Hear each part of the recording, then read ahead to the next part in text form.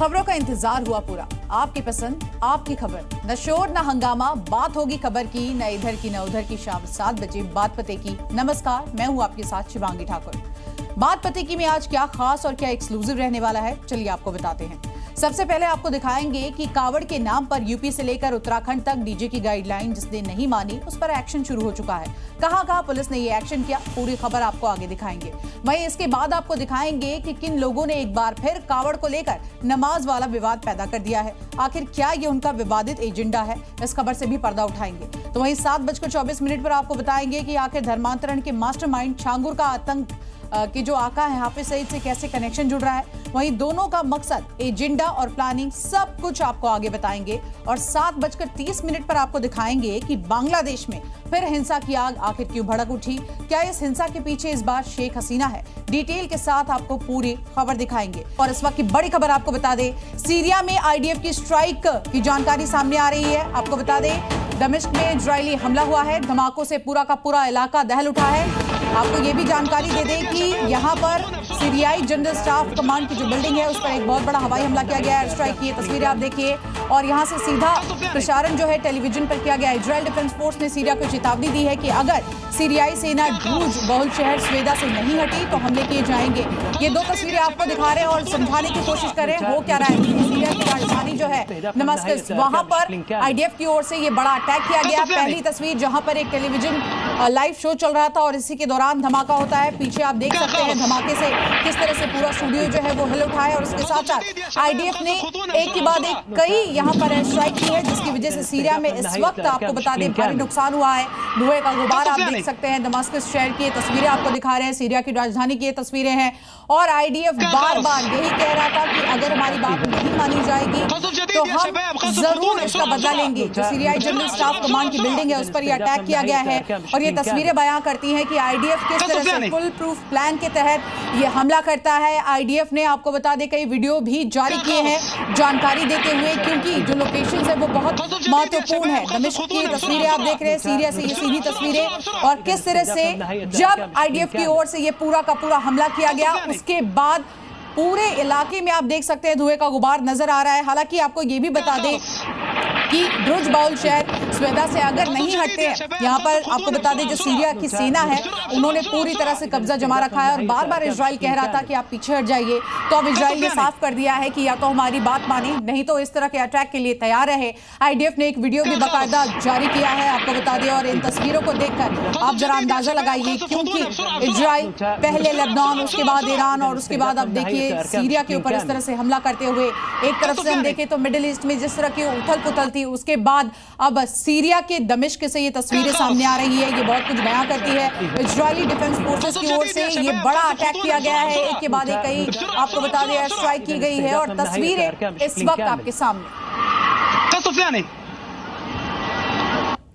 कावड़ यात्रा में भक्ति का सैलाब उमड़ रहा है, लेकिन इसी आस्था के बीच कुछ लोग नियमों को ताक पर रखकर डीजे की गड़गड़ाहट से कानून की दहलीज को यहां पर लांघ रहे हैं। गाइडलाइन साफ है कि डीजे की ऊंचाई और आवाज तय मानकों के भीतर रहेगी, लेकिन कुछ लोग ये नियम बिल्कुल नहीं मान रहे।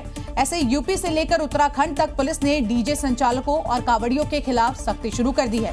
यानी कि संदेश बिल्कुल साफ है, आस्था जरूरी है, लेकिन डीजे को लेकर मनमानी बिल्कुल नहीं चलेगी। कांवड़ रूट पर आस्था का सैलाब उमड़ रहा है। कंधे पर कांवड़ और होठों पर हर हर महादेव की गूंज। कोई नंगे पांव चल रहा है, कोई पूरी टोली के साथ और कोई डीजे की धुन पर झूमता हुआ बाबा की भक्ति में डूबा है। तस्वीरें अलग अलग और कार्रवाई भी एक जैसी।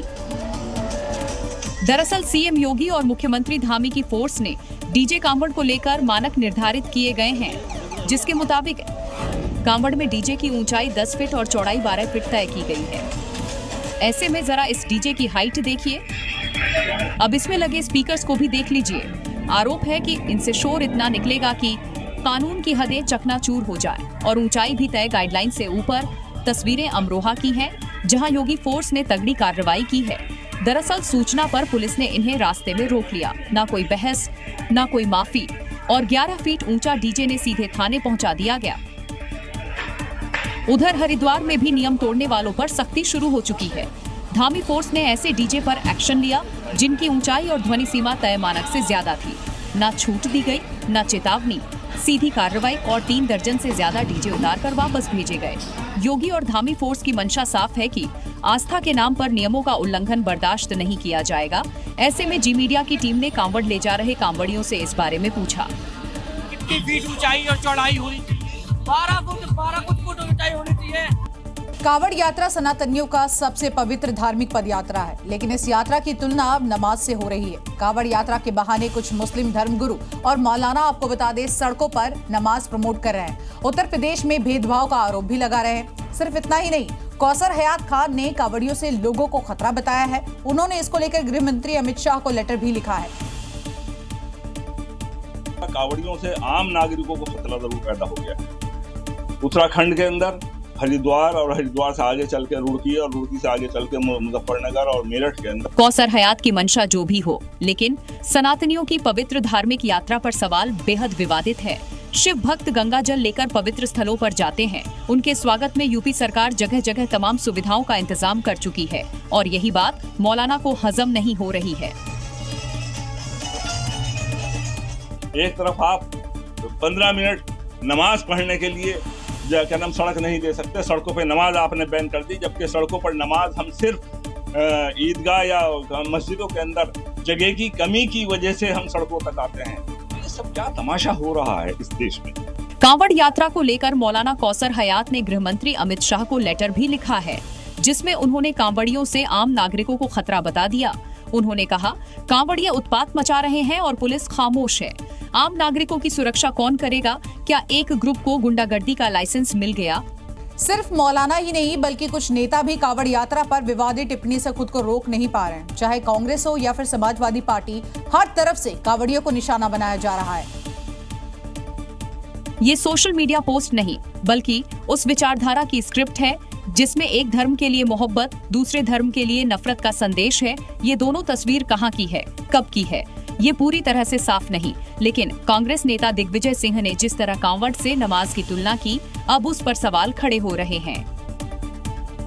सवाल ये है, नमाज से मोहब्बत, इसलिए कांवड़ से नफरत। कांवड़ की तुलना आखिर नमाज से क्यों? कांवड़ के बहाने भड़काने की कोशिश हो रही है।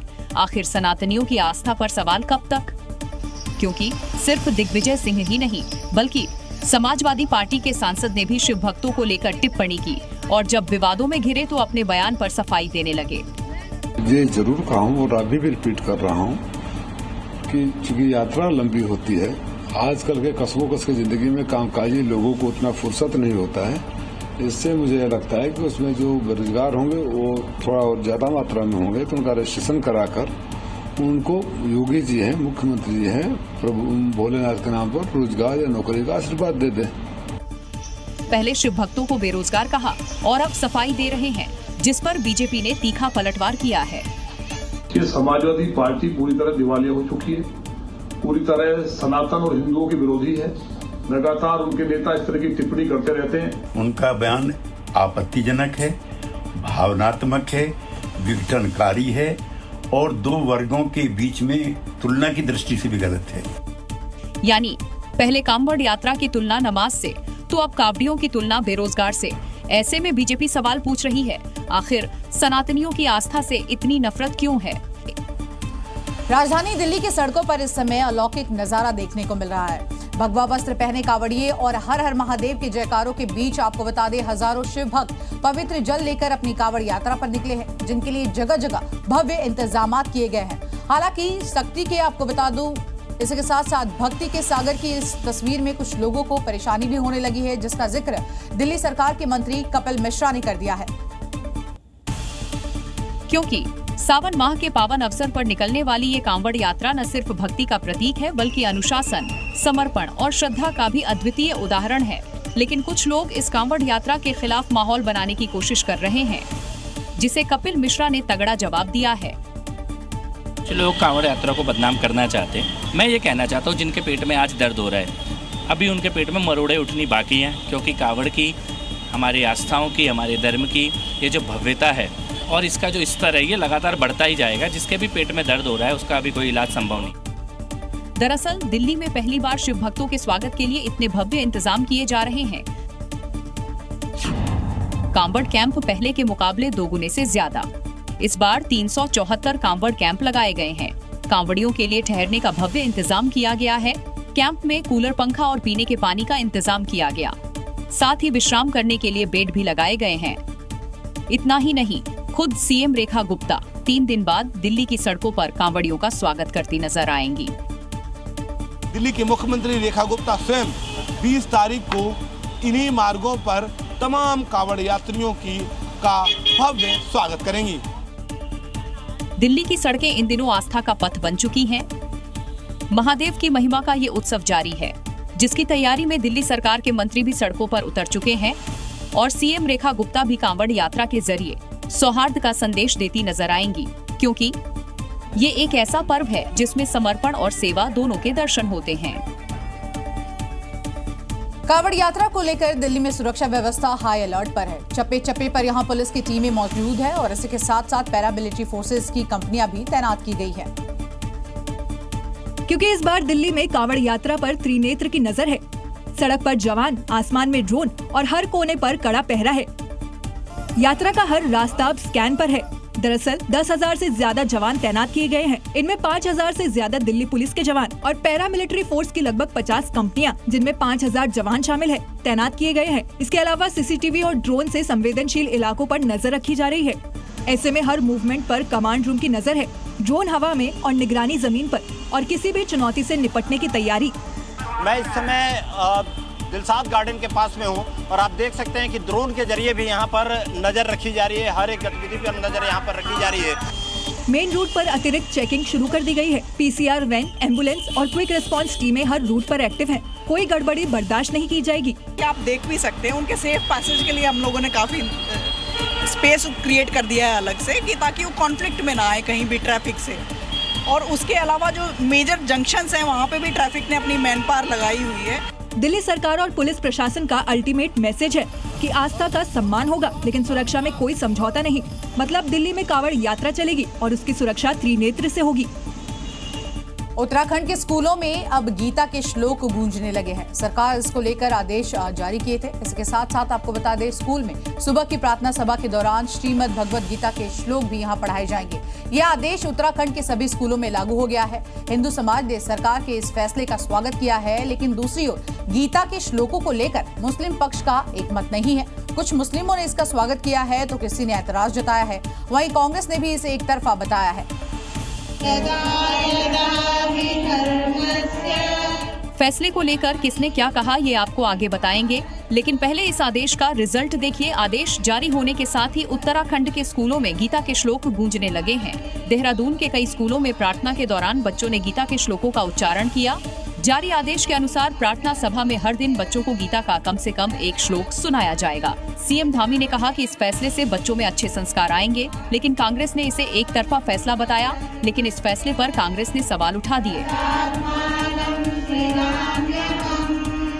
काम करता है, इसलिए भागवत पढ़ने से हमारे बच्चों के अंदर अच्छे संस्कार आएंगे। हमारे पूर्वजों के द्वारा जो निर्मित हमारे लिए जो काम है, उन कामों को आगे बढ़ाएंगे। एक तरफा नहीं होना चाहिए। ऐसा नहीं लगना चाहिए कि हम एक ही तरफ चल रहे हैं। इसमें जो दूसरे ग्रंथों में भी कोई अच्छी बातें हैं, उनका भी समावेश किया जाना चाहिए। इस फैसले को लेकर मुस्लिम समाज भी बटा नजर आया। कुछ लोगों ने इस फैसले का स्वागत किया तो कुछ मुस्लिमों ने स्कूल में कुरान भी पढ़ाए जाने की अपील की। श्री कृष्ण भगवान को लोगों तक पहुंचाना, और मैं समझता हूं कि ये दोनों हमारे पूर्वज हैं और दोनों के बारे में जानना हमारे लिए, हर नागरिक, हर भारतीय के लिए अति आवश्यक है। आपत्ति ये है, सिर्फ भगवत गीता ही क्यों, रामायण ही क्यों, महाभारत ही क्यों, कुरान क्यों नहीं, बाइबल क्यों नहीं, गुरबानी क्यों नहीं, सब पढ़ाया जाना चाहिए। जब अगर आपका दिल ये चाह रहा है कि गीता पढ़ाई जाए तो कुरान भी पढ़ाया जाए। पश्चिम बंगाल में अगले साल चुनाव होने हैं, लेकिन चुनावी सुगबुगाहट अभी से तेज हो गई है। ममता बनर्जी की अगुवाई में आज कोलकाता में बीजेपी के खिलाफ रैली निकाली गई और बंगालियों पर भेदभाव का आरोप लगाया गया। ये रैली कोलकाता के कॉलेज स्क्वायर से शुरू होकर धर्मतला के दोरीना क्रॉसिंग तक गई। इसमें अभिषेक बनर्जी समेत पार्टी के कई बड़े नेता इस रैली में शामिल हुए। ममता बनर्जी ने बीजेपी पर बंगालियों के साथ भेदभाव का आरोप लगाया। अब सवाल ये है कि क्या ये मार्च वाकई जनभावना की लड़ाई है या चुनावी स्टंट। एक और ममता बनर्जी ने बीजेपी पर आरोप लगाए तो बीजेपी ने इसे चुनावी स्टंट बताते हुए रोहिंग्याओं को पनाह देने का आरोप लगा दिया। बिहार में सुना 30.5 लाख वोट निकाल दिया, ऐसा करके महाराष्ट्र में बीजेपी जीता, नहीं तो नहीं जीतता। दिल्ली में भी ऐसा करके जीता, बिहार में भी ऐसा प्लान कर रहा है, वो भी हमारा भाई बहन है। बंगाल में भी प्लान करना है, हम तो इंच में लड़ाई करेंगे। ममता बनर्जी सड़क में है रोहिंग्या मुसलमान को प्रोटेक्शन देने के लिए। ममता बनर्जी फर्जी आधार कार्ड, फर्जी एपिक कार्ड बना रहा है और पूरा वोटर लिस्ट में कम से कम 1 करोड़ के आसपास रोहिंग्या मुसलमान है। दरअसल बिहार में चुनाव आयोग के सर्वे में 35 लाख फर्जी वोटर निकले हैं। शायद दीदी को भी बंगाल में वोटर सर्वे का डर सता रहा है, क्योंकि बीजेपी कह चुकी है कि बंगाल में रोहिंग्या घुसपैठ कर फर्जी तरीके से रह रहे हैं। महाराष्ट्र में शिंदे गुट के विधायक के बॉक्सिंग कांड पर सियासी तूफान खड़ा हो गया है।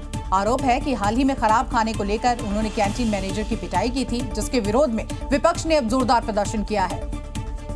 लेकिन उससे पहले ये वीडियो देखिए। सफेद बनियान, गमछा और गुस्से में आग बबूला विधायक।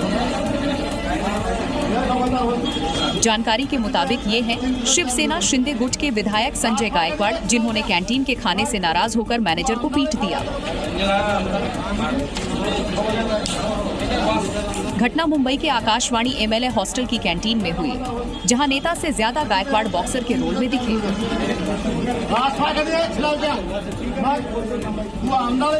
और अब जवाब आया है एमवीए की तरफ से, बिल्कुल अनोखे अंदाज में बनियान और गमछा पहनकर प्रदर्शन।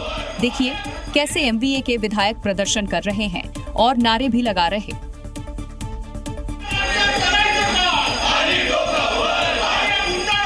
प्रदर्शन करने वाले विधायकों के पास एक पोस्टर भी था, जिसमें चड्डी बनियान गैंग लिखा हुआ था।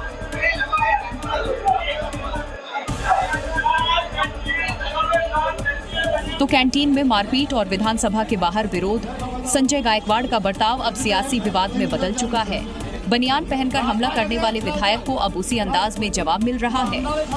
दिल्ली से लेकर असम तक, हरियाणा से लेकर महाराष्ट्र तक देश में अवैध तरीके से रह रहे बांग्लादेशियों के खिलाफ अब कार्रवाई का दौर और भी ज्यादा तेज हो गया है। साथ ही जारी है सियासत का दौर भी। अब महाराष्ट्र विधानसभा में सपा विधायक अबू आजमी ने ये मुद्दा उठाया है और बांग्लादेशियों पर हो रही इन कार्रवाइयों को गलत बताया है। अब्बू इन कार्रवाई को लेकर इतने गुस्से में है कि उन्होंने विधानसभा में इस पर चर्चा की मांग तक कर डाली। आजमी का दावा है कि अकोला में जिन 2800 लोगों के जन्म प्रमाण पत्र बांग्लादेशी होने के आधार पर रद्द कर दिए गए थे, वो अब भी वहीं जमे हुए हैं। अब्बू आजमी का आरोप है कि बीजेपी नेता किरीट सोमैया की शिकायतों के आधार पर हुई ये कार्रवाइयां फर्जी फैक्ट पर आधारित है। कार्रवाई सिर्फ इसलिए हुई कि शिकायत बीजेपी नेता ने की थी। महाराष्ट्र के रहने वाले हैं और अगर वो बांग्लादेशी हैं सर, वो अभी तक वहीं पड़े हुए हैं। अगर उनका सर्टिफिकेट रद्द हुआ है तो उनको बांग्लादेश भेजना चाहिए, लेकिन लोग वहीं पर हैं। मेरा कहना है कि तुरंत उसकी इंक्वायरी की जाए। अगर वो गलत तरीके से रद्द किया गया है तो प्रशासन पे कार्रवाई की जाएगी। और इस वक्त एक बड़ी खबर आपको बता दें, राहुल गांधी ने असम के सीएम पर बड़ा हमला बोला है। राहुल गांधी ने कहा कि हिमंता को जेल जाने से कोई रोक नहीं सकता। असम के सीएम खुद को राजा समझते हैं, लेकिन वो जल्द ही जेल में होंगे। राहुल गांधी की ओर से ये बड़ा बयान सामने आया है। चीफ मिनिस्टर की आंखों में, टीवी में आंखों में देखिए, अगर आप ठीक से देखेंगे उनका डर आपको दिखेगा। और याद रखिए चुनाव के बाद आपके चीफ मिनिस्टर इसी मीडिया में आपको जेल में दिखाई देंगे। और इस वक्त एक बड़ी खबर आपको बता दें, जम्मू कश्मीर के भद्रवाह के एक मकान में भीषण आग लग गई है। शॉर्ट सर्किट की वजह से 2 मंजिला मकान यहां जलकर खाक हो चुका है। भद्रवाह के अमीरा नगर में शॉर्ट सर्किट की जानकारी है और इसी के साथ साथ इन तस्वीरों को आप देख लीजिए। 2 मंजिला मकान पूरी तरह से यहां पर जल चुका है। आग लगने से पूरे इलाके में इस वक्त हड़कंप का माहौल है और दमकल की टीम आग पर काबू पाती नजर आ रही है। बलरामपुर में धर्मांतरण रैकेट चलाने वाले छांगुर की गिरफ्तारी के बाद से ही रोजाना नए खुलासे हो रहे हैं, लेकिन अब एक बड़े खुलासे ने जांच एजेंसियों के होश ही फाख्ता कर दिए हैं। छांगुर का आतंकी कनेक्शन भी सामने आया है। छांगुर हाफिज सईद की तरह यूपी में धर्म की आड़ में आतंकियों को यहां लगातार तैयार कर रहा था। छांगुर का मोडस ऑपरेंडी हाफिज सईद की तरह था। धर्मांतरण के साथ ही साथ आपको बता दें छांगुर आतंकी भी यहां पर तैयार कर रहा था। हाफिज भी जमात उल दवा के जरिए धार्मिक कार्य करता है, जबकि उसका लश्कर तैयबा आतंकी गतिविधियों में लगातार शामिल रहता है। छांगुर भी अपने एजेंट्स को आतंकी ट्रेनिंग देता था। बलरामपुर स्थित उसकी हवेली में ये पूरा का पूरा ट्रेनिंग कैंप चलता था। इस बात की पुष्टि करते हैं जी मीडिया के पास मौजूद कुछ अहम दस्तावेज, जो छांगुर के आतंकी कनेक्शन के आरोपों का सबसे बड़ा सबूत है। छांगुर नेपाल सीमा से सटे गांवों में धर्मांतरण के अड्डे खोलना चाहता था। छांगुर ने इसके लिए उसने टीम तैयार की थी। 46 सीमावर्ती गांवों के युवाओं पर उसकी नजर थी और युवाओं को जिदा से जोड़ने की तैयारी में था। उसके काम करने का तरीका हाफिज सईद और उसके संगठन जमात उद दावा की तरह था। सामने धर्म का प्रचार और पीछे आतंक की फैक्ट्री। लोग इस रूप में देश का स्वरूप बिगाड़ने का काम कर रहे हैं। परिस्थितियां बदली हैं, उद्देश्य उनका वही है जो उस समय था। एटीएस की ओर से दर्ज कराई गई एफआईआर में भी ये बात सामने आई है। हम बेकसूर हैं, हम कुछ नहीं जानते कि छांगुर आतंकी कैंप भी चलाता था। इसको लेकर एटीएस ने अपनी एफआईआर में भी इसका जिक्र किया है। छांगुर के मदरसे में विदेशी नागरिकों की भी आवाजाही होने का दावा किया गया है। साथ में बड़े पैमाने पर की गई फंडिंग का खुलासा तो हुआ ही है। एफआईआर में इस पूरी साजिश के पीछे बड़े आतंकी नेटवर्क का शक जताया गया है। छांगुर भारत को इस्लामिक राष्ट्र बनाने के अपने एजेंडे पर लगातार काम कर रहा था। वो यहाँ शरिया कानून लागू करना चाहता था। उसने जिहाद की भी पूरी तैयारी कर ली थी, जिसके लिए अपने एजेंट्स को वो खास तौर पे ट्रेन कर रहा था। इन एजेंट्स के चयन की पहली शर्त ही थी इनका हैंडसम होना। इसके बाद उनके ट्रेनिंग का दौर शुरू होता। जिम में गहन प्रशिक्षण देकर बॉडी बिल्डर बनाया जाता। फैशनेबल कपड़े पहनना सिखाया जाता। कुल मिलाकर लड़कियों को इम्प्रेस करने का हुनर उन्हें सिखाया जाता और इसके बाद उन्हें महंगी गाड़ियां और पैसे देकर शिकार करने के लिए छोड़ दिया जाता। विदेशी फंडिंग से उसने महंगी महंगी गाड़ियां खरीदी। इसके साथ ही वो सालाना उर्स भी लगाता था, जिसमें देश और विदेश से तमाम लोग आते थे। छांगुर को मिलने वाले पैसों का लेखा जोखा नीतू और नवीन ही रखते थे और उनके खातों के जरिए ही ट्रांजैक्शन होता था। छांगुर, नीतू नसरीन और नवीन के तमाम बैंक अकाउंट्स की जानकारी एटीएस और ईडी को हो चुकी है। ये अकाउंट सिर्फ देश में नहीं विदेश में भी हैं। जांच एजेंसियों को ऐसे कई और सुराग हाथ लगे हैं जो बताते हैं कि छांगुर बहुत बड़ी साजिश के इरादे से अपने रैकेट को रन कर रहा था। उत्तर प्रदेश में अपराधियों और गुंडों के खिलाफ पुलिस का जो एक्शन है वो लगातार जारी है। आपको बता दें नोएडा से लेकर अलीगढ़ तक पुलिस और बदमाशों के बीच मुठभेड़ भी हुई और जवाबी कार्रवाई में पुलिस ने यहां पर कई बदमाशों को गिरफ्तार किया है। क्योंकि यूपी में सीएम योगी पहले ही कह चुके हैं अपराधियों की जगह जेल में है और इसी निर्देशों पर पुलिस ताबड़तोड़ कार्रवाई कर रही है। नोएडा, ग्रेटर नोएडा से लेकर मुजफ्फरनगर और अलीगढ़ में पुलिस का ऑपरेशन चला। इस कार्रवाई में पुलिस ने कई बदमाशों को गिरफ्तार किया है। सबसे पहले नोएडा की तस्वीर देखिए। चेकिंग के दौरान पुलिस ने इस अपराधी को रोकने की कोशिश की, लेकिन भागने की कोशिश में बदमाश की कार पेड़ से टकरा गई। बदमाशों ने पुलिस टीम पर फायरिंग कर दी और फिर जवाबी कार्रवाई में बदमाश घुटनों पर आ गया। ग्रेटर नोएडा में पुलिस ने लूट और चोरी की घटना में शामिल आरोपी को मुठभेड़ के बाद गिरफ्तार किया है। मुजफ्फरनगर के मिर्जापुर में पुलिस और एसओजी की संयुक्त कार्रवाई में पवन उर्फ गोलू बदमाश पकड़ा गया। आरोपी पर 25,000 का इनाम भी रखा था। बदमाश पर लूट, चोरी समेत कई धाराओं में 15 से ज्यादा मामले दर्ज हैं। अलीगढ़ में पुलिस ने भैंस चोरी के 2 आरोपियों को हाफ एनकाउंटर के बाद गिरफ्तार किया है। संदेश साफ है, यूपी में रहना है तो अपराध से तौबा करना पड़ेगा। एलन मस्क की बहुप्रतीक्षित आपको बता दें टेस्ला ईवी कार की भारतीय बाजार में एंट्री हो ही गई। देश की वित्तीय राजधानी मुंबई में इसका पहला शोरूम भी खुला और आज प्रदेश के डिप्टी सीएम एकनाथ शिंदे ने इस पर हाथ भी आजमा लिया। टेस्ला के इस कार को लेकर खुद टेस्ला के अधिकारी विधानमंडल पहुंच गए थे। टेस्ला ईवी के मॉडल वाई अपने डिजाइन और अपने फीचर से सबको लुभा रही थी और इसी बीच इस कार को देखने पहुंचे प्रदेश के डिप्टी सीएम एकनाथ शिंदे। साथ में मौजूद थे परिवहन मंत्री प्रताप सरनाईक। टेस्ला के अधिकारियों के आग्रह पर शिंदे ने ड्राइविंग सीट संभाल ली। बगल की सीट पर बैठे परिवहन मंत्री, जबकि पीछे की सीट पर टेस्ला के अधिकारी बैठ गए। कुछ देर तो डिप्टी सीएम को गाड़ी के फीचर को समझने में लगे, पर थोड़ी ही देर में उन्होंने टेस्ला ईवी को चलाना शुरू कर दिया। उन्हें ये गाड़ी बेहद पसंद आई और उन्होंने हमारे सहयोगी अश्विन से अपने अनुभव भी साझा किए। एकदम स्मूथ है गाड़ी। हाँ। और ईवी है। हाँ। पोल्यूशन नहीं, कुछ नहीं। आपको थोड़ी हिचकिचाहट हो रही थी सर शुरुआत में? आप शुरुआत में नहीं, अभी कोई हिचकिचाहट नहीं है, एकदम गाड़ी अच्छी है। इसी बीच एक बड़ी खबर आपको बता दें, महाराष्ट्र के सीएम देवेंद्र फडणवीस का उद्धव ठाकरे को ऑफर। उद्धव ठाकरे पर बोले सीएम फडणवीस, 2029 तक हम विपक्ष में नहीं जा सकते, लेकिन आप यहां आ सकते हैं, हम कोई न कोई रास्ता निकाल ही लेंगे। तो ये बड़ा बयान सीएम देवेंद्र फडणवीस की ओर से सामने आया है।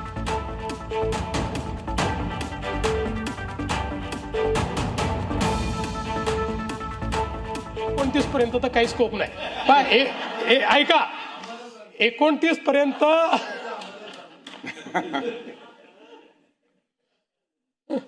आम्हाला तिकडे याचा स्कोप उरला नाही, 29 तुम्हाला इकडे याचा स्कोप।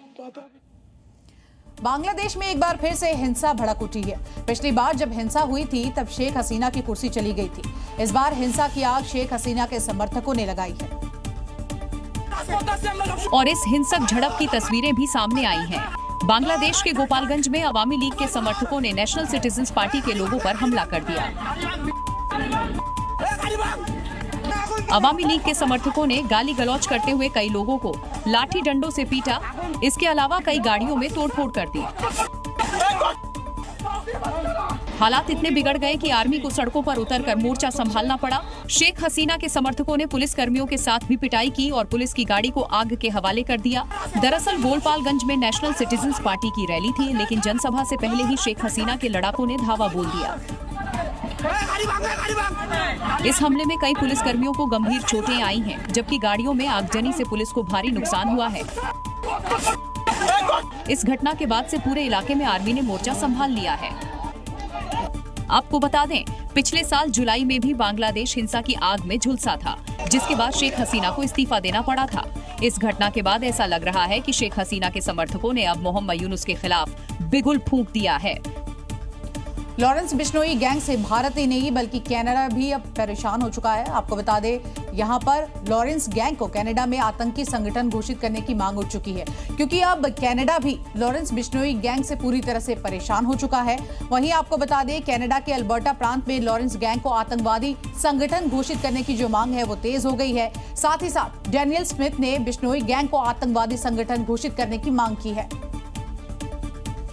और एक सोशल मीडिया पोस्ट के जरिए डैनियल स्मिथ ने लॉरेंस बिश्नोई गैंग को आतंकी संगठन घोषित करने की मांग की कि लॉरेंस गैंग एक अंतर्राष्ट्रीय आपराधिक नेटवर्क है। ये गैंग कई देशों में आपराधिक घटनाओं को अंजाम दे रहा है। कई देशों में इस गैंग की पहुंच है। लॉरेंस बिश्नोई गैंग को आतंकी संगठन घोषित किया जाए। डैनियल स्मिथ ने कहा कि बिश्नोई गैंग को औपचारिक रूप से आतंकवादी संगठन घोषित करने गैंग का अस्तित्व खत्म हो जाएगा। इसके साथ ही उन्होंने लॉरेंस गैंग पर कई आरोप लगाए। उन्होंने कहा कि लॉरेंस गैंग हिंसा, जबरन वसूली, ड्रग्स की तस्करी और टारगेट किलिंग के लिए जिम्मेदार है। कनाडा से लेकर पूरे विश्व में इसकी पहुंच है और इसका इरादा आपराधिक और हिंसक है। उन्होंने कहा कि अब कार्रवाई का समय आ गया है। कनाडा और अल्बर्टा के लोगों की सुरक्षा के लिए यह कदम बहुत जरूरी है। बिश्नोई गैंग का आतंक भारत ही नहीं बल्कि ओंटारियो, ब्रिटिश कोलंबिया और अल्बर्टा तक भी फैला है। फिलहाल इस गैंग का मुखिया लॉरेंस बिश्नोई अहमदाबाद के साबरमती जेल में बंद है, लेकिन वह जेल से ही अपने नेटवर्क को ऑपरेट कर रहा है। अपने आपराधिक गैंग्स और इस हाई प्रोफाइल जेल के अंदर से हत्या करवाने से लेकर कई अपराधों में बिश्नोई का नाम जुड़ा है। इससे पहले भारत भी कनाडा से इस गैंग के खिलाफ कार्रवाई की मांग कर चुका है। और देखिए, वजन कम करने के लिए लोग तरह तरह के उपाय करते हैं, लेकिन यूपी के मेरठ में 55 साल की एक महिला वेट लॉस करने के लिए अस्पताल पहुंच गई, जहां सर्जरी के बाद महिला की मौत हो गई। और इस हादसे से गुस्साए परिजनों ने निजी अस्पताल का घेराव कर दिया, जमकर हंगामा किया और महिला की मौत के लिए डॉक्टर को जिम्मेदार ठहराया। दावा किया जा रहा है कि 11 जुलाई को महिला की सर्जरी हुई थी। ये सर्जरी मोटापा कम करने की बेरियाट्रिक सर्जरी थी, लेकिन सर्जरी के बाद तबीयत बिगड़ने लगी। एक्सरे में खराब स्टिचिंग का पता चला, जिसके चलते नस में लीकेज हो गया और बॉडी में इन्फेक्शन फैल गया। इसी इन्फेक्शन की वजह से महिला की मौत का दावा किया जा रहा है। इस घटना से गुस्साए परिजनों ने निजी अस्पताल और डॉक्टर के खिलाफ मुकदमा दर्ज करवा दिया। ऑपरेशन के दौरान डेथ हुई है इसमें परिजनों का ऑपरेशन में लापरवाही का आरोप है। इस संबंध में उनके द्वारा तहरीर दी गई। परिजनों का आरोप है वजन घटाने के लिए डॉक्टरों ने ही सर्जरी की बात कही। करीब 4 लाख रुपए का खर्चा बताया और जब ऑपरेशन कराया गया तो महिला की मौत हो गई, जिसकी जांच अब पुलिस कर रही है। और बिहार से इस वक्त की बड़ी खबर सामने आ रही है, जहां पर पुलिस मुख्यालय ने बड़ा फैसला किया है। सुपारी किलर का डेटा बैंक बनाएगी बिहार पुलिस। खेमका और वकील मर्डर केस के बाद आपको बता दें ये बड़ा निर्णय लिया गया है। पेशेवर अपराधियों पर नजर रखने के लिए शूटर सेल, यहां पर आपको बता दें पूरा का पूरा जो है वो शूटर्स का डेटा बनाएगी बिहार पुलिस की ओर से। ये बड़ा फैसला। और अब आपको दिखाते हैं कैसे तस्वीर खिंचवाने के चक्कर में डॉक्टर साहब गड्ढे में जा गिरे, लेकिन रील्स बनाने के लिए मोबाइल का कैमरा तब भी ऑफ नहीं हुआ। जो अब सोशल मीडिया पर तेजी से वायरल हो रहा है, घटना मध्य प्रदेश के सिवनी की है। यहाँ डॉक्टर प्रफुल्ल श्रीवास्तव श्रमदान करने पहुंचे थे। लगे हाथ उन्होंने श्रमदान का वीडियो भी बनवा लिया, लेकिन अच्छी तस्वीर की चाह में उनका बैलेंस ही बिगड़ गया और वो 6 फीट गहरे गड्ढे में जा गिरे। आरन फानन में उन्हें निकालने की कोशिश शुरू हुई, जिसके बाद मुश्किल से प्रफुल्ल नाम के शख्स को बाहर निकाला गया। दरअसल डॉक्टर प्रफुल्ल सामाजिक और धार्मिक सेवा कार्यों से जुड़े हुए हैं और कुछ इसी तरीके से वो श्रमदान का वीडियो बनवाते हैं, लेकिन इस बार मंदिर परिसर में वीडियो बनाने के चक्कर में हादसा हो गया। एक और फोटो नहीं आई। अब इसे श्रमदान कहें या शो ऑफ, लेकिन फोटो क्लिक करवाने के चक्कर में वो जरूर उसी गड्ढे में गिर गए जिसे वो भरने की कोशिश कर रहे थे। इस वीडियो को अब सोशल मीडिया पर खूब शेयर किया जा रहा है। हरियाणा के सोनीपत में गाड़ी टच होने पर विवाद खड़ा हो गया। आरोप है कि पहले बाइक सवार ने ड्राइवर को पीटा, जिसके बाद उसने इसका बदला भी लिया, जिसकी तस्वीरें दिल दहला देने वाली हैं। देखिए, सड़क पर टक्कर नहीं, टशन है। हल्की सी टच और गुंडई पर उतारू हो गए। गली से निकलती कार और वहां खड़ी बाइक और फिर शुरू होती है बहस, जिसके बाद वो कार से बाइक में हल्की टक्कर मारता है, लेकिन बाइक सवार का पारा इतना चढ़ा कि सीधे ड्राइवर को पीटना शुरू कर दिया। तू मैं से मामला धक्का मुक्की और फिर थप्पड़ों की बरसात, यानी गाड़ी टच का मामला ऑन रोड गुंडागर्दी तक पहुंच गया। लगा कि मामला यहीं थम जाएगा, लेकिन अब देखिए अगला सीन। कार ड्राइवर ने लिया बदला, वो भी पूरी आक्रामकता के साथ बाइक में सीधी टक्कर मारी, जिससे लड़के के पैर में लगी चोट। वो किसी तरह वहाँ से हटा, वरना उसकी जान भी जा सकती थी। और अब असली गुंडागर्दी देखिए, ड्राइवर कार से बाइक में बार बार टक्कर मारता है। मौके पर लोगों की भीड़ देखती रही, लेकिन कोई कुछ न कर सका और आखिर में ड्राइवर बाइक को चकनाचूर करके मौके से फरार हो जाता है। ये तस्वीर बताती है कैसे गुस्सा सड़क पर गुंडई का रूप ले लेता है। और क्या आपने कभी सांपों का मेला देखा है? अगर नहीं तो ये खबर आपको जरूर देखनी चाहिए, क्योंकि बिहार के कुछ इलाके हैं जहां पर नाग पंचमी पर सांपों का मेला लगता है और लोग इसमें बढ़ चढ़ कर हिस्सा लेते हैं। ये तस्वीरें हैं बिहार के समस्तीपुर की, जहां नाग पंचमी के दिन सिंधिया घाट पर ऐसा मेला लगता है जिसकी परंपरा सदियों पुरानी है। कोई गले में सांप डालकर घूम रहा है, कोई हाथ में लेकर झूम रहा है। बच्चे, महिलाएं, बुजुर्ग, हर किसी के भीतर बस एक ही नाम, नाग देवता। माना जाता है कि यहाँ कभी आर्शिकुश सांप बनाकर पूजा करते थे। अब वो पूजा असली सांपों के साथ होती है। ढोल मृदंग की थाप, पुजारियों के भजन और लोगों का आस्था में डूबा चेहरा। दावा किया जा रहा है कि इस परंपरा में आज तक किसी को सांप ने नहीं काटा, यही यहाँ की आस्था है। अब देखिए, ये है बेगूसराय का नवटोल गांव, जहां नाग पंचमी के दिन लोग नदी में कूद जाते हैं, सिर्फ इसलिए कि परंपरा न टूटे। बलान नदी में सैकड़ों लोग उतरते हैं, सांप पकड़ते हैं और उन्हें गले में डालकर भगवती मंदिर की ओर बढ़ते हैं। बच्चों से लेकर बुजुर्ग तक हर कोई अपने गले में जिंदा सांप डालकर चलता है। ना कोई डर, ना कोई दहशत, सिर्फ भक्ति। ढोल की थाप पर लोग झूमते हैं, सांप को उठाकर मानो यही कह रहे हो, ये सिर्फ सांप नहीं, हमारी परंपरा का हिस्सा है। मध्य प्रदेश में सांप के साथ रील बनाने की सनक जानलेवा साबित हुई। जो शख्स गले में सांप की माला पहने खुद को भगवान शिव का अवतार बता रहा था, उसकी मौत उसी सांप के काटने से हो गई। मौत से ठीक पहले का वीडियो बेहद हैरान करने वाला है। घटना मध्य प्रदेश के गुना की है। दीपक नाम का शख्स जहरीले कोबरा को गले में लपेटकर वीडियो बनवा रहा है और आसपास खड़े लोग तमाशा देख रहे हैं। जो शख्स इस खतरनाक स्टंट का वीडियो बना रहा है, वो दीपक नाम के शख्स से कई सवाल जवाब भी कर रहा है। हाँ दीपक भाई, कहाँ से रेस्क्यू किया ये?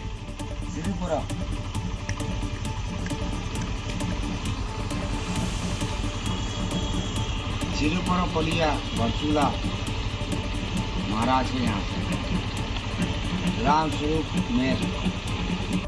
लेकिन खुद को स्नेक कैचर बताने वाला शख्स यहीं नहीं रुका, वो जहरीले सांप को किस करने लगा।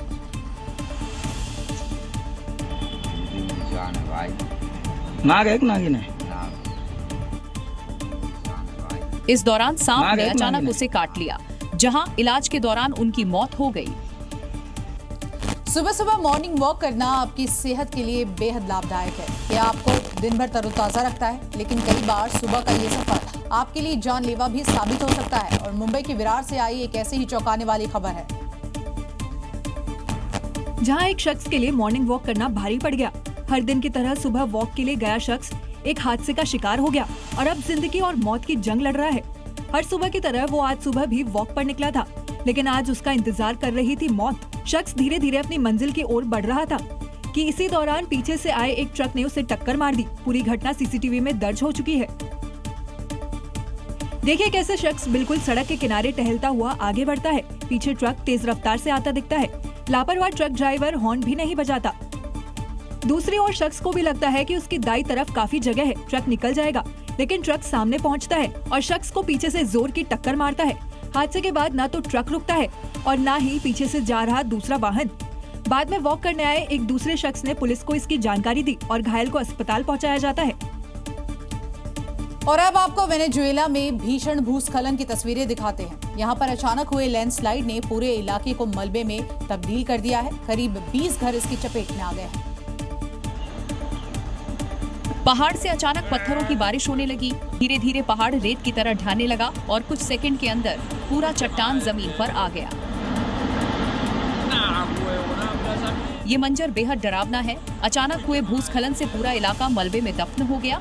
धूल के इस बादल ने दिन को भी रात बना दिया।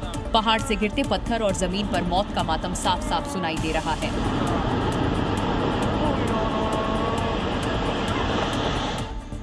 इस खौफनाक मंजर को वहां मौजूद लोगों ने अपने मोबाइल फोन में कैद कर लिया, लेकिन कुछ सेकंड बाद वो भी अपनी जान बचाने के लिए भागने लगे। जानकारी के मुताबिक जिस समय ये हादसा हुआ उस वक्त कई लोग नीचे अपने घरों में मौजूद थे, जो जान बचाने के लिए भागने लगे। हालांकि किसी के हताहत और मौत की खबर सामने नहीं आई, लेकिन करीब 300 से ज्यादा परिवार इस लैंडस्लाइड की वजह से प्रभावित हुए हैं। उधर हिमाचल में बारिश के बाद लगातार पहाड़ दरक रहे हैं। यातायात यहां पर प्रभावित हो गया है और इसी बीच हिमाचल के सिरमौर से लैंडस्लाइड की खौफनाक तस्वीरें सामने आई हैं। और पहाड़ी से मलबे के साथ साथ बड़े बड़े पत्थर गिरने लगे। तस्वीरें सिरमौर नेशनल हाईवे के सिलाई इलाके की है, जहां अचानक पहाड़ का एक बड़ा हिस्सा भरभराकर गिर गया। पहाड़ से गिरते पत्थरों का शोर सुनकर सड़क पर खड़े यात्री दहशत में आ गए। मंजर ऐसा कि मानो कोई बड़ा भूकंप आ गया हो। मलबे के साथ साथ पहाड़ से गिरे बड़े बड़े पत्थरों से हाईवे पूरी तरह बंद हो गया। इतना ही नहीं, हाईवे पूरी तरह क्षतिग्रस्त भी हो गया।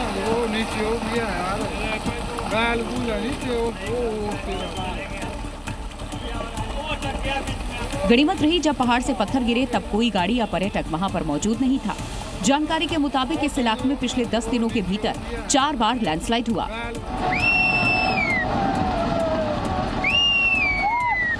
इस हिस्से में बार बार लैंडस्लाइड का कारण गलत तरीके से कटिंग डायनामाइट ब्लास्टिंग बताई जा रही है, जिसकी वजह से यहां स्पॉट बेहद खतरनाक हो गया है। पहाड़ से लगातार गिर रहे पत्थर की वजह से सड़क से मलबा हटाने का काम बार बार रुक जा रहा है। ऐसे में पर्यटकों को भारी परेशानियों का सामना करना पड़ रहा है। हिमाचल टू उत्तराखंड कुदरत का कहर देखने को मिल रहा है। उत्तराखंड के विकास नगर में भी लैंडस्लाइड की खौफनाक तस्वीरें सामने आई है। यहाँ चंद मिनटों में ही पूरा का पूरा आपको बता दें पहाड़ जो है वो चकनाचूर हो गया। तस्वीरों में देखिए पहाड़ से मलबा कैसे भरभरा कर गिर रहा है। लैंडस्लाइड की तस्वीरें इतनी खतरनाक कि कोई भी सहम जाए। वीडियो देख ऐसा लग रहा है जैसे कोई नदी बह रही हो, लेकिन ये नदी नहीं बल्कि पत्थरों का जलजला है। बारिश के बाद देहरादून के कालसी चक्राता मार्ग पर झजरेड़ मोड़ पर बड़ा लैंडस्लाइड हुआ है। पहाड़ टूटने के चंद मिनटों में ही पूरी सड़क गायब हो गई। बस नजर आया तो सिर्फ पहाड़ का मलबा। लैंडस्लाइड के बाद हाईवे पर गुजरने वाले यात्रियों की सांसें भी थम गई। गनीमत ये रही कि इस बड़े लैंडस्लाइड की चपेट में कोई भी राहगीर नहीं आया। जौनसार बाबर की लाइफ लाइन कहे जाने वाले इस मुख्य मार्ग के बंद होने के करीब 400 से ज्यादा गांव का संपर्क मुख्य मार्ग से टूट चुका है। खराब मौसम और ज्यादा मलबा गिरने की वजह से फिलहाल रास्ता खुलने की कोई उम्मीद नजर नहीं आ रही है। पहाड़ों में हो रही लगातार बारिश के बाद से नदी और नाले उफान पर हैं और ऐसे में लोग जान को जोखिम में डालकर सफर कर रहे हैं। उत्तराखंड के विकास नगर में सैलाबी नाले को पार करना कार चालक को भारी पड़ गया।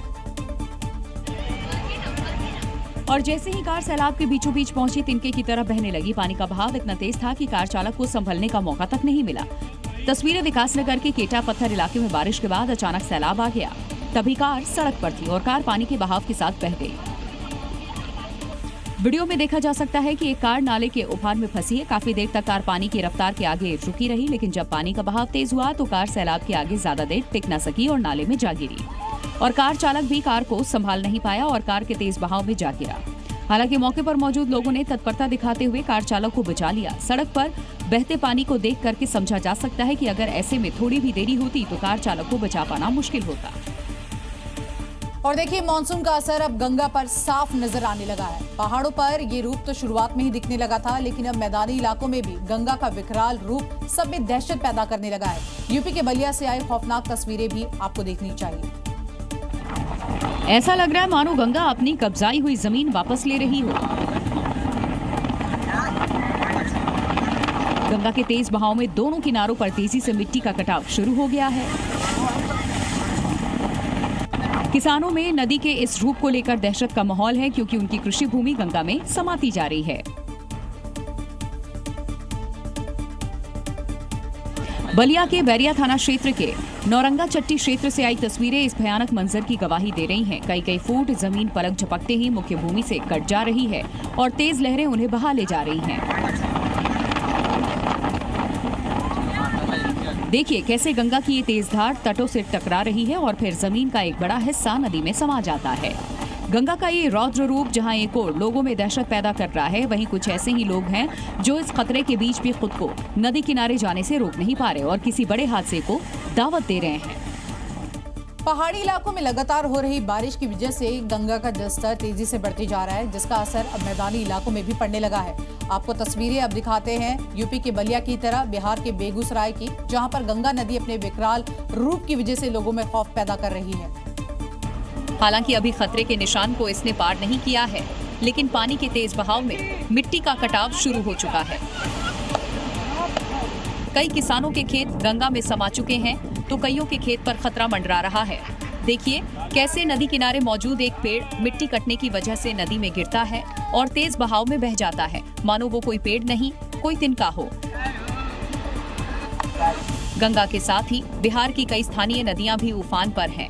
मुंगेर की स्थानीय डेढ़िया नदी ने भारी तबाही मचा दी है। नदी के तेज बहाव की वजह से एक डायवर्जन पूरी तरह से बह गया है। दरअसल यहां पश्चिम बंगाल के खड़गपुर और तारापुर को जोड़ने वाली मुख्य सड़क पर पुल का निर्माण हो रहा था, जिस वजह से यहां डायवर्जन बनाया गया था। लेकिन इससे पहले कि पुल बनता डायवर्जन ही बह गया, जिस वजह से दोनों ओर लोग फंसे हुए हैं। आसमानी आफत ने पहाड़ों से लेकर मैदान तक तबाही मचा दी है। पश्चिम बंगाल में भी कुदरती सितम लगातार जारी है, वहीं कई जिलों में सैलाब ने भारी तबाही मचाई है। क्योंकि सैलाब में पश्चिम बंगाल के पुरुलिया में एक पुल ही बह गया। तस्वीरों में आप देख सकते हैं कि कैसे पानी के तेज बहाव में पुल कई टुकड़ों में बिखर गया। नदी से सटे स्टेट हाईवे के टूटने से आवागमन यहां प्रभावित है। पुलिस ने बैरिकेडिंग करके वाहनों की आवाजाही को रोक दी है। गांव वाले जान जोखिम में डालकर पुल को पार कर रहे हैं। बांकुड़ा जिले में भी लगातार हो रही मूसलाधार बारिश की वजह से कई इलाके जलमग्न हो गए हैं। रास्तों में कमर तक पानी भर गया है। स्थानीय लोग पानी के बीच से रास्ता पार कर रहे हैं और लोगों को आवागमन में यहां काफी परेशानी हो रही है।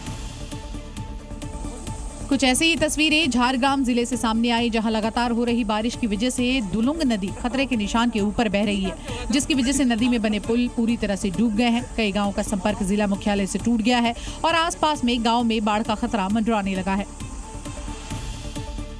मध्य प्रदेश में भी बारिश के बाद नदियों और बाढ़ों का जो जलस्तर है वो बढ़ गया है। छतरपुर में हुई बारिश के बाद ओवरफ्लो हो गए हैं बांध, तो वहीं परड़िया गांव में बांध टूटने के बाद किसानों की फसलें बह गई।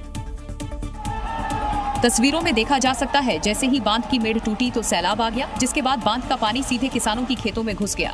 वीडियो को देखकर ऐसा लग रहा है जैसे यहाँ बादल फट गया हो। बांध के टूटने के बाद खेतों में बाढ़ जैसी आ गई। चारों तरफ सिर्फ पानी ही पानी नजर आया। बांध टूटने के बाद किसानों की फसल पूरी तरह चौपट हो गई। इस बाढ़ ने अन्नदाताओं की मेहनत पर पानी फेर दिया। किसानों ने प्रशासन पर लापरवाही का आरोप लगाया, क्योंकि अगर बारिश से पहले बांध का अच्छे से रख रखाव किया होता तो किसानों की फसलें बच जाती। अब उन्होंने प्रशासन से उचित मुआवजे की मांग की है।